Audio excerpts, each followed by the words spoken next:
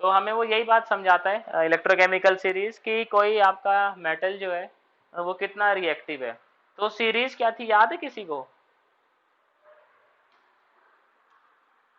नहीं है? किसी को तो होगी थोड़ी सी। भला करे भगवान।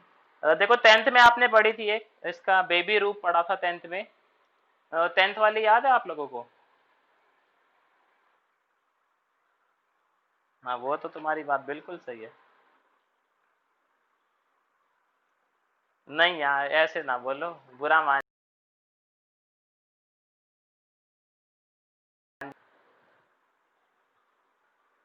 हाँ हाँ, देखो ये जो है ना 10th में आपने पढ़ी होगी, कुछ ऐसे करा होगा, मुझे याद नहीं, करा हो ना करा हो आप लोगों ने। कालू नाना कार मांगे, ऑल्टोज एंड फरारी, ऐसे करके। हम्म। मेरे से कब पढ़ लिया तुम 10th में, पागल है कुत्ता, ए जी ए यू ऐसे करके याद करते हैं 10th में। अच्छा 11th में।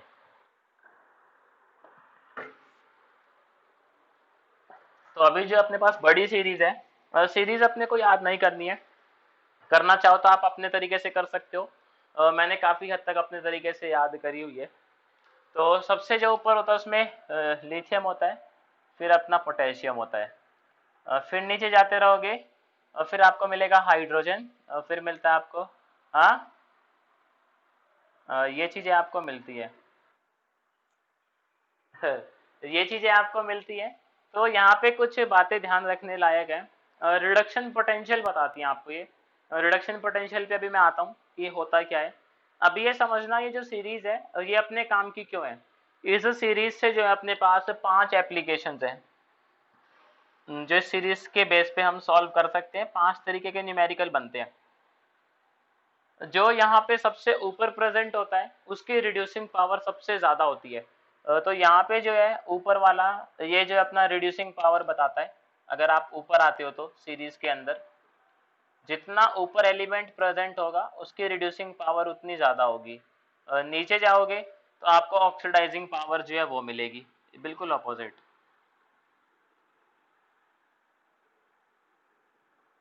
और मैं बात करूँ आपसे इसके अंदर, रिड्यूसिंग पावर हो गई, ऑक्सीडाइजिंग पावर हो गई। तो पहले आपको पोटेंशियल समझाता हूँ और फिर यहाँ पे पोटेंशियल की बात करूंगा। देखो मैं आपसे पूछता हूँ कि मुझे जो है सोडियम में से एक इलेक्ट्रॉन निकालना है, तो उसके लिए मुझे क्या करना पड़ेगा?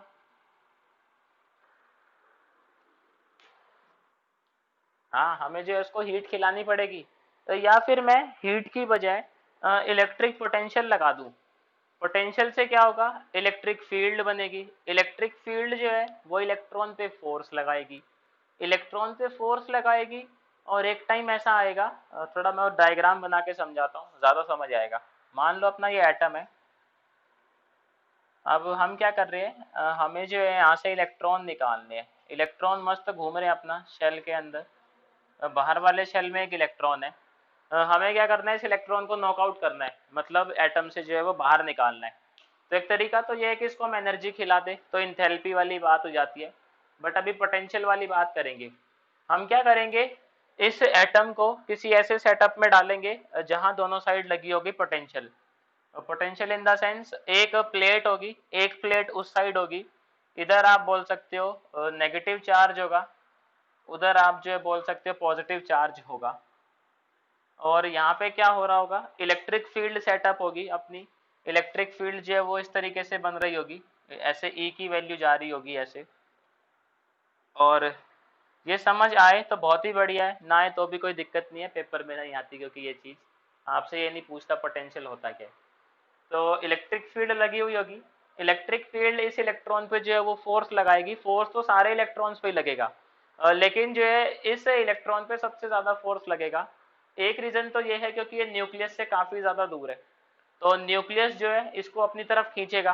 देखो हो क्या रहा होगा, न्यूक्लियस इसको अंदर की तरफ खींचेगा, और इलेक्ट्रिक फील्ड जो इसको बाहर की तरफ पुल करने की कोशिश करेगी, क्योंकि इलेक्ट्रिक फील्ड अपनी है left hand side. Electron negative charge, उस पर फोर्स लगाएगी वो राइट हैंड साइड। तो एक टाइम ऐसा आएगा, अगर मैं इसकी वैल्यू बढ़ाता रहूं, इलेक्ट्रिक फील्ड की वैल्यू मैं इंक्रीज करता रहूं, उससे होगा क्या कि ये जो फोर्स है इसकी वैल्यू भी बढ़ती रहेगी। और एक टाइम ऐसा आ जाएगा कि जो न्यूक्लियस का फोर्स है उसको ये वाला फोर्स कर जाएगा ओवरकम, और जैसे ही ओवरकम करेगा ये अपना इलेक्ट्रॉन एटम से निकल के हो जाएगा बाहर। जिस इलेक्ट्रिक फील्ड पे ये बाहर निकल गया उस इलेक्ट्रिक फील्ड पे मैं पोटेंशियल देखूंगा। बेसिकली बैटरी में तो हम पोटेंशियल ही तो चेंज करते हैं, 10 वोल्ट 20 वोल्ट ऐसे करके। तो पोटेंशियल चेंज करने से क्या होता है, ये इलेक्ट्रिक फील्ड चेंज होती है, इलेक्ट्रिक फील्ड बढ़ेगी, इलेक्ट्रॉन जो बाहर आएगा। जिस पोटेंशियल पे ये इलेक्ट्रॉन बाहर आ जाता है उसको हम बोलते हैं ऑक्सीडेशन पोटेंशियल। ऑक्सीडेशन क्यों बोलते हैं, क्योंकि यहाँ से यहाँ जो है आपका ऑक्सीडेशन हो रहा है, तो इस वाले पोटेंशियल को बोला जाता है ऑक्सीडेशन पोटेंशियल। इसमें कोई डाउट है तो मेरे को बताओ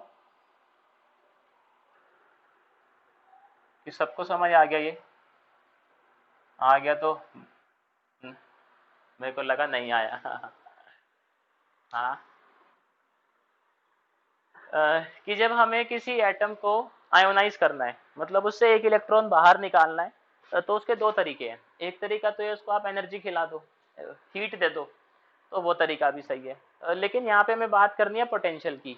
तो हम क्या करेंगे, ये जो एटम है इसको किसी ऐसे सेटअप में लेके जाएंगे जहाँ पे इलेक्ट्रिक फील्ड हम सेटअप कर सके। फॉर एग्जांपल दो प्लेट रख दो, एक आगे और एक पीछे, उन पे जो है बैटरी के टर्मिनल कनेक्ट कर दो, एक पॉजिटिव टर्मिनल कनेक्ट कर दो एक नेगेटिव कर दो, तो उनके बीच में क्या इलेक्ट्रिक फील्ड सेटअप हो जाएगी। हमने पढ़ा हुआ इलेक्ट्रिक फील्ड जो है पॉजिटिव से नेगेटिव जाती है। इलेक्ट्रिक फील्ड जो है वो इलेक्ट्रॉन पे फोर्स लगाएगी। अब जो अपने वैलेंस शेल का इलेक्ट्रॉन है उसके ऊपर दो फोर्सेस लगेंगे, एक तो उसको न्यूक्लियस अपनी तरफ खींचेगा और दूसरा जो है उसको इलेक्ट्रिक फील्ड दूसरी तरफ पुश करेगी। तो अगर मैं पोटेंशियल की वैल्यू बढ़ाता जाऊं तो इलेक्ट्रिक फील्ड भी बढ़ती है मेरी, और एक टाइम ऐसा आएगा कि इलेक्ट्रिक फील्ड इतनी ज़्यादा हो जाएगी कि वो न्यूक्लियस के फोर्स को ओवरकम कर जाएगी। ओवरकम कर जाएगी तो इलेक्ट्रॉन अपना बाहर आ जाएगा, और बाहर आ जाएगा उस मोमेंट पे जो पोटेंशियल होगा अपनी बैटरी का उसको हम बोल देंगे ऑक्सीडेशन पोटेंशियल। इसका मतलब ये है कि अगर आपको किसी एटम को या एलिमेंट को आयोनाइज करवाना है तो आपको जो है इतना पोटेंशियल लगाना पड़ेगा। इससे आप ये बात समझ सकते हो। अब इसके जो उल्टा होता है वो होता है रिडक्शन पोटेंशियल। रिडक्शन पोटेंशियल क्या होता है वो समझाता हूँ मैं आपको। तो ये वाली बात तो समझ आ गई आपको ऑक्सीडेशन पोटेंशियल की, अगर कोई डाउट है तो बताओ मेरे को। रिडक्शन पोटेंशियल में क्या होता है कि आप कहीं से सोडियम आयन पकड़ के लेके आओ, एक इलेक्ट्रॉन के लेके आओ। अब आप जो है मान लो इलेक्ट्रॉन ये बाहर घूम रहा है, इलेक्ट्रिक फील्ड को उल्टा कर दो। उल्टा कैसे करोगे, टर्मिनल चेंज कर दो, सिंपल है। इसको नेगेटिव बना दो इसको पॉजिटिव बना दो। अब जो है इलेक्ट्रिक फील्ड अपनी हो जाएगी उल्टी इधर की तरफ।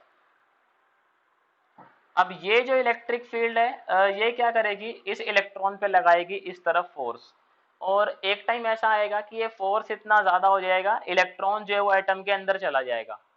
उस वाले पोटेंशियल को हम बोलते हैं रिडक्शन पोटेंशियल। तो रिडक्शन पोटेंशियल बेसिकली वो पोटेंशियल है कि जब आपको किसी आयन को मेटल में कन्वर्ट करवाना है तो जितना पोटेंशियल लगाना पड़ेगा उसको आप बोलोगे रिडक्शन पोटेंशियल। दोनों एक दूसरे के उल्टे हैं।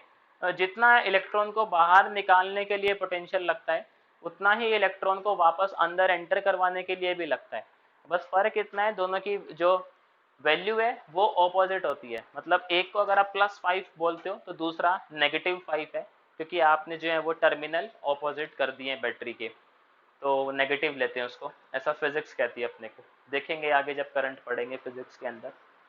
तो ये तो अपना था, रामायण थी ऑक्सीडेशन पोटेंशियल और रिडक्शन पोटेंशियल की। इसमें कोई डाउट है तो बताओ मेरे को पहले, फिर मैं सवाल करूंगा। क्योंकि तो मेरा सवाल सुनना ध्यान से।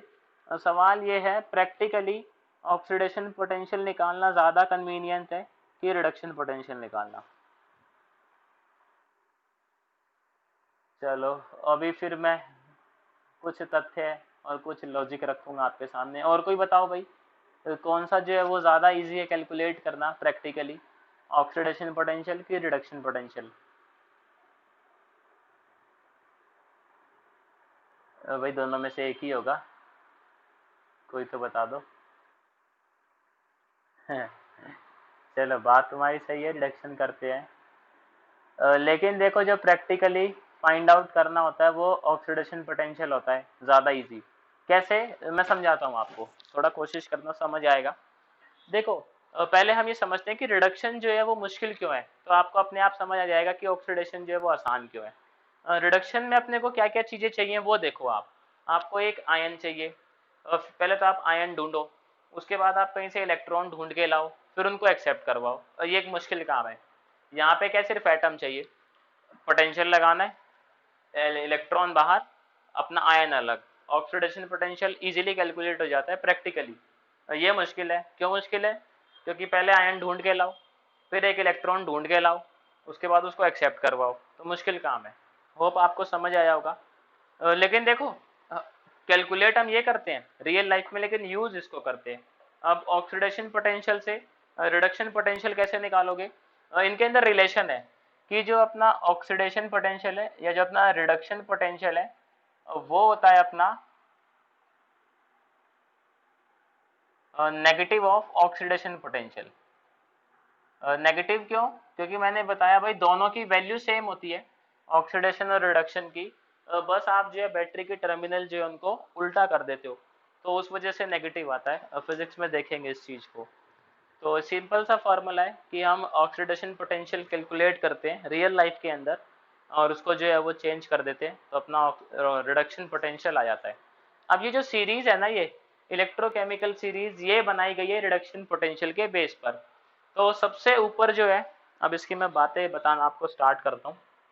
इसमें कोई डाउट है तो मेरे को बता दो अभी, रिडक्शन पोटेंशियल ऑक्सीडेशन पोटेंशियल में।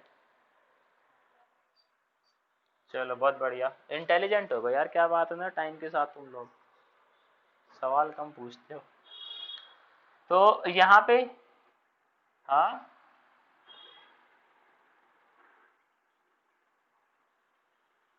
हाँ, ओ तेरी।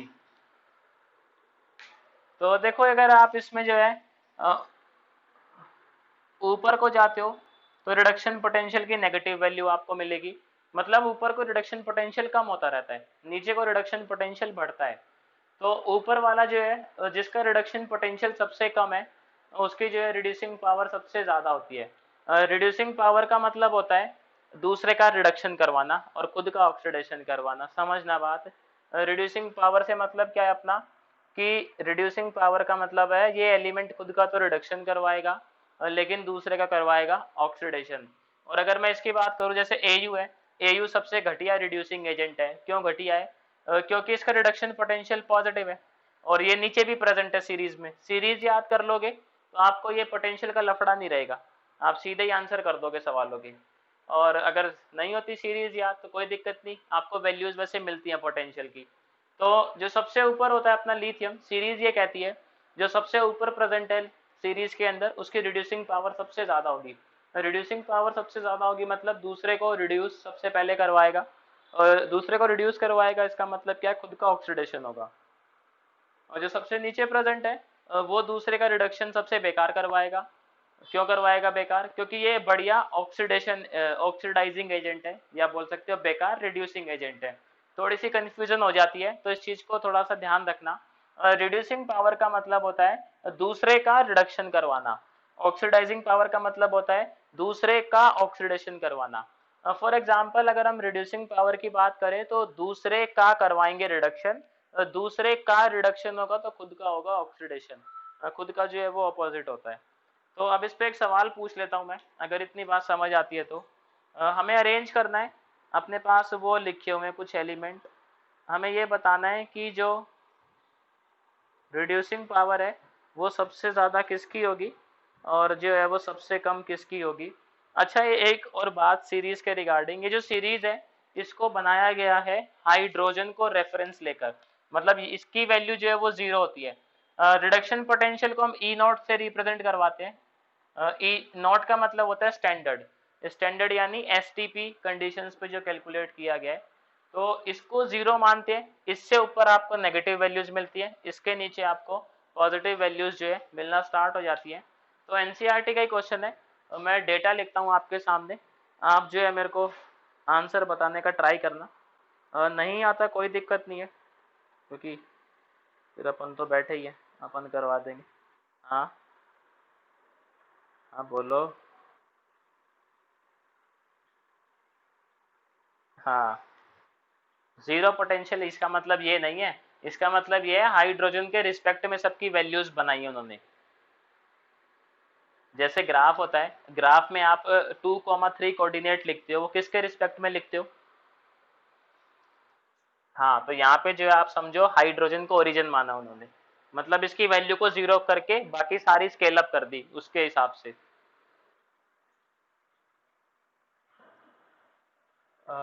हाँ बोल सकते हो, वहां पे यार बातें अलग है, वहाँ वो इलेक्ट्रोनेगेटिविटी क्या है, 2-3 साइंटिस्टों ने दी है, तो हर साइंटिस्ट के हिसाब से अलग है हर एक की वैल्यू। आपने पढ़ा होगा थोड़ा सा, पॉलिंग स्केल है एक, दो साइंटिस्ट और हैं तो उनके अलग अलग फॉर्मूले हैं निकालने के। तो सवाल देखो, मैं डेटा लिखता हूँ, आप कोशिश करना जवाब देने की। अच्छा ये नोटेशन समझना, नोटेशन यहाँ पे क्या लिखा है, K प्लस से K, मतलब पोटेशियम का क्या हो रहा है, रिडक्शन। पोटेशियम आयन कन्वर्ट हो रहा है पोटेशियम में, तो अगर ये जो पोटेंशियल लिखा हुआ है इसको आप बोलते हो रिडक्शन पोटेंशियल, क्योंकि यहाँ पे पोटेशियम का रिडक्शन हो रहा है। तो ये नोटेशन पढ़ना थोड़ा सा समझना, अगर यही चीज अगर मान लो हमें ये लिखी होती है ऐसे करके K/K प्लस, तो हम इसको ऐसे पढ़ते, पोटेशियम कन्वर्ट हो रहा है पोटेशियम आयन में, और वो है अपना ऑक्सीडेशन पोटेंशियल। तो हमारा जो कंसर्न रहेगा वो रिडक्शन पोटेंशियल से रहेगा, हमें ऑक्सीडेशन पोटेंशियल को जो है वो नहीं करना। अगर ऑक्सीडेशन पोटेंशियल गिवन भी है तो आप पहले उसको रिडक्शन पोटेंशियल में कन्वर्ट करोगे, और कैसे करोगे, बस साइन चेंज कर देना उसका, पॉजिटिव है तो नेगेटिव कर देना, नेगेटिव है तो पॉजिटिव कर देना। ये कुछ गिवन अपने को रिडक्शन पोटेंशियल कुछ एलिमेंट के।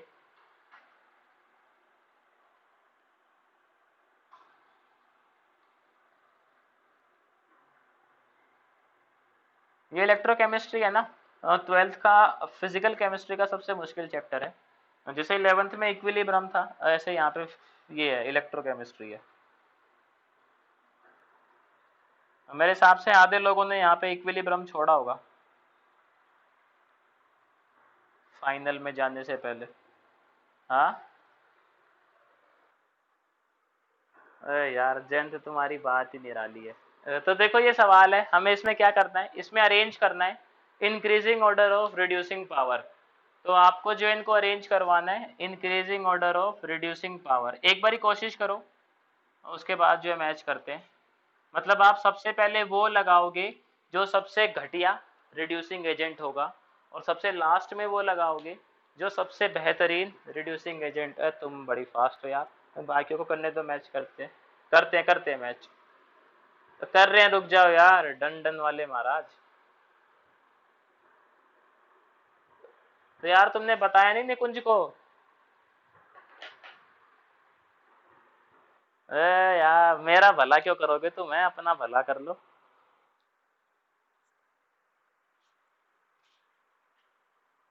है हाँ, हाँ देख लो फिर।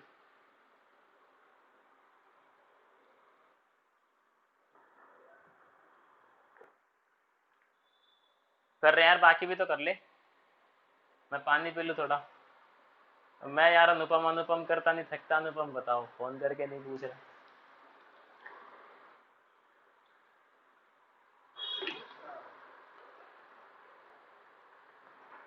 हो गया क्या बाकी सबका, या फिर इंतजार में हो कि मैं लिखूं तो आप मैच करो? चलो देखते हैं। हो गया, बधाई हो जी, बधाई हो।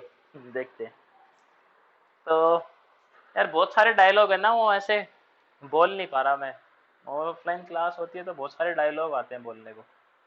चलो सबसे पहले देखते हैं, यहाँ पे देखो जो सबसे ज्यादा पॉजिटिव होगा वो सबसे बेकार रिड्यूसिंग एजेंट होगा। सबसे ज्यादा पॉजिटिव कौन है, अपना एजी, है ना? तो सबसे पहले आएगा एजी, फिर क्या आएगा, ओजी, फिर आएगा एचजी, उसके बाद सीआर, उसके बाद मैग्नीशियम, उसके बाद क्या सबने ऐसे ही अरेंज करा है क्या? अरे बहुत बढ़िया। जिन्होंने नहीं करा या जिनको डाउट आ रहा है मेरे से कृपया करके पूछे, क्योंकि इंपॉर्टेंट है ये चीज, ये क्वेश्चन आता है पेपर में। हाँ देखो, इसमें आपने अरेंज करना है रिड्यूसिंग पावर बढ़ते क्रम में। मतलब सबसे पहले हम उसे लगाएंगे जिसकी रिड्यूसिंग पावर सबसे बेकार होगी। रिड्यूसिंग पावर सबसे बेकार किसकी होगी? जो इस सीरीज के अंदर नीचे होगा। नीचे कौन होगा? जिसका रिडक्शन पोटेंशियल पॉजिटिव होगा। मतलब जिसका सबसे ज्यादा पॉजिटिव रिडक्शन पोटेंशियल, उसकी रिड्यूसिंग पावर सबसे बेकार। अब आपको ये जो 5 एलिमेंट लिखे हैं स्क्रीन पर, आपने क्या करना है, इनको स्कैन करना है। और सबसे पहले हमने ये चेक कर लिया कि सबका रिडक्शन पोटेंशियल गिवन है, तो किसी का भी जो है वो ऑक्सीडेशन पोटेंशियल नहीं गिवन। तो यहाँ पे देखो, उसके बाद सबसे ज्यादा पॉजिटिव, पाजी बताओ इनमें से किसकी वैल्यू है?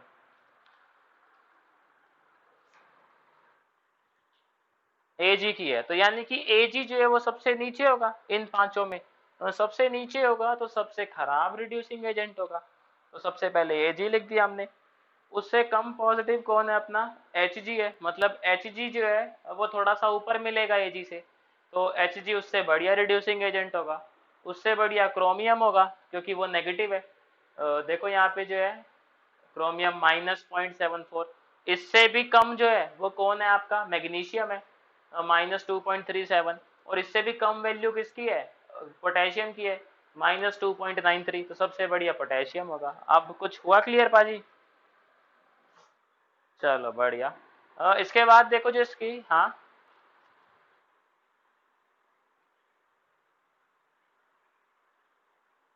कैसे?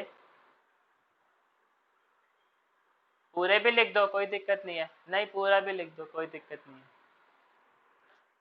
ना। इसके बाद देखो जो अगली इसकी एप्लीकेशन है, पहली एप्लीकेशन तो इसकी ये थी कि इससे आप जो है रिड्यूसिंग स्ट्रेंथ जज कर सकते हो एलिमेंट की।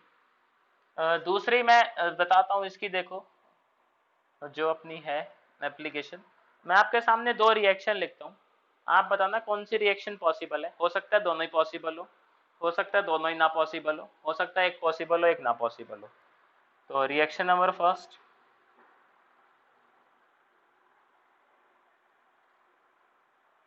ये वैसे मैं 11th में पूछ चुका हूँ बट स्टिल जो है कोशिश करना बताने की।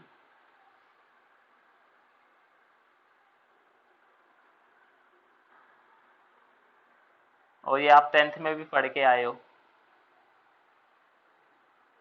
तो करो ट्राई, कौन सी पॉसिबल है? दोनों ही पॉसिबल है, एक पॉसिबल है, या एक भी पॉसिबल नहीं है? फर्स्ट? ओ यार सारे ही फर्स्ट वाले। क्या? कोई सेकंड वाली को भी वोट दे दो। सेकंड वाली के फेवर में कोई नहीं है क्या यहाँ पे? चल चलो, दो रिएक्शन दिख रही होंगी आपको बोर्ड पे, फर्स्ट और सेकंड करके। सवाल ये है दोनों में से कौन सी रिएक्शन पॉसिबल हो सकता है दोनों ही पॉसिबल हो सकता है एक पॉसिबल हो सकता है दोनों में से एक भी पॉसिबल ना हो। क्या लगता है कौन सी पॉसिबल है? फर्स्ट वाली? चलो अब जब कह आप कह रहे हो फर्स्ट वाली पॉसिबल है, तो मेरा अगला ही सवाल ये है देन, सेकंड वाली ने क्या बिगाड़ा है बेचारी ने आपका?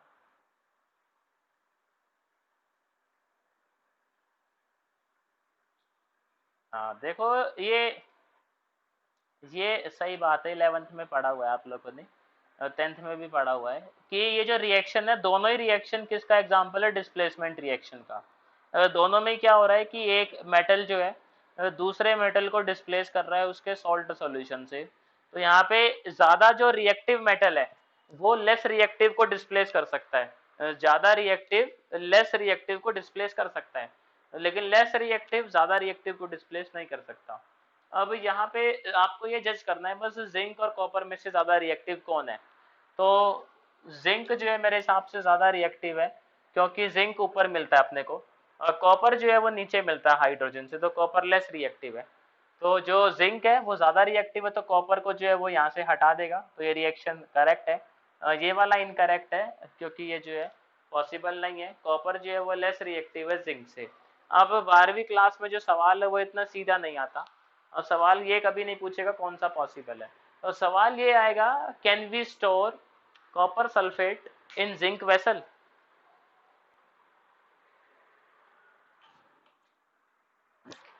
नहीं कर सकते स्टोर, क्यों नहीं कर सकते? क्योंकि कॉपर सल्फेट नहीं बचेगा फिर। कॉपर सल्फेट जो है वो कन्वर्ट हो जाएगा आपका जिंक सल्फेट के अंदर। अगर आपसे ऐसे पूछे can we store zinc sulphate in copper vessel, हाँ तो वो चीज हम कर सकते हैं। इसको क्या है, मैथमेटिकली भी करके दिखाएंगे हम थोड़े टाइम के बाद। मैथमेटिक्स से प्रूफ करेंगे कि किसको जो है किसके अंदर स्टोर करवाया जा सकता है और किसके अंदर जो है किसको स्टोर नहीं करवाया जा सकता। अब थोड़ी सी सेल नोटेशन की बात कर लेते हैं। उसके बाद इसकी थर्ड एप्लीकेशन पे जाएंगे हम। वो नेक्स्ट क्लास में देखेंगे एप्लीकेशन। अभी सेल नोटेशन की बात करते हैं थोड़ी सी। यार ये किसका फोन आ गया? तो ये इंश्योरेंस वालों ने परेशान कर रखा है। चलो सेल नोटेशन पे आते हैं।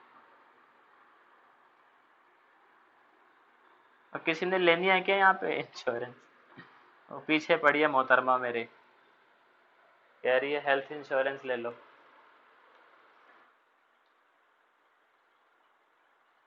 नहीं यार फिलहाल तो वही है, मैं तुम्हारी क्लास से पहले भी उससे बातें कर रहा था वैसे ही। तो बातें कि इंश्योरेंस ले लो हमारी कंपनी का, 5 लाख का 7 लाख का। मैंने कहा यार वो मेरे से कह रही कि ना जो है आप जो है वो अनलिमिटेड एम्बुलेंस बुला सकते हैं, वो ऐसे कह रही थी।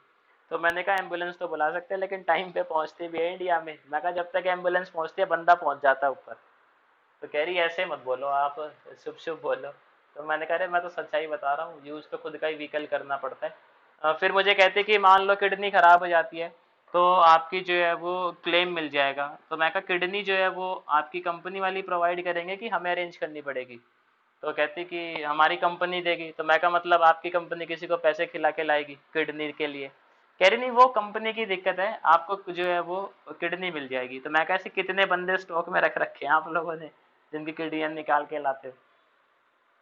वो फिर कह रही सर मजाक।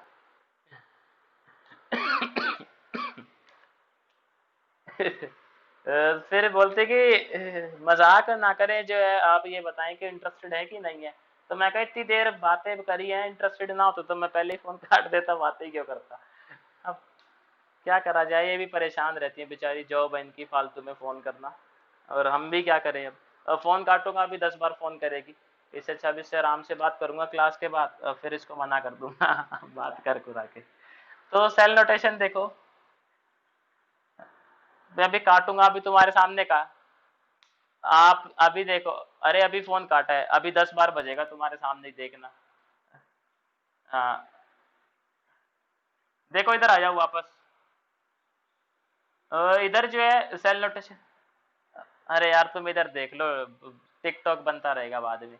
इधर देखो अपना पहले एनोड लिखते हैं, फिर सॉल्ट ब्रिज आता है, फिर कैथोड लिखते हैं। ये आपका स्टैंडर्ड नोटेशन है। जैसे अपना जो सेल था जिंक और कॉपर वाला, वहां पे जिंक जो अपना एनोड था तो ऐसे लिखा होगा Zn2+, मतलब जिंक से जिंक 2+ में कन्वर्ट हो रहा है। देन आपको दो ये बड़ी लाइन मिलेंगी, इसका मतलब सॉल्ट ब्रिज है। और फिर सेकेंड साइड क्या हो रहा था, कॉपर 2+ जो है कन्वर्ट हो रहा था कॉपर में। इसको हम बोलते हैं सेल नोटेशन।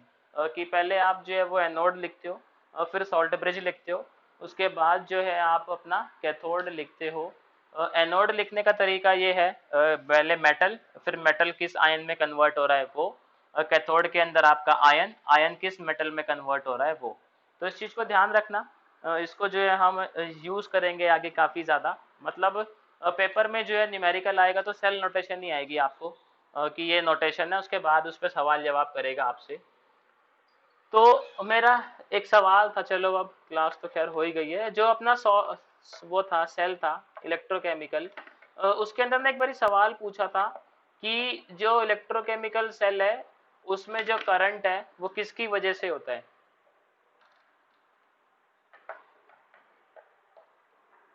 तो बता दो भाई जवाब, ये तो आसान सा सवाल है। हाँ ये काफी हद तक सही है जवाब, लेकिन पूरी तरीके से सही नहीं है। नहीं वो तो बात मान गया भाई मैं तुम्हारी, इलेक्ट्रॉन फ्लो करेंगे जब भी तो करंट आएगा। देखो इसका आंसर जो है वो दोनों है। जो बाहर वाला सर्किट होता है उसके अंदर जो करंट चल रहा होता है उसके लिए रिस्पॉन्सिबल है इलेक्ट्रॉन। और जो आपका इंटरनल सर्किट होता है सॉल्ट ब्रिज वाला, वहां पे जो करंट मिलता है वो बनता है आपके आयंस की वजह से।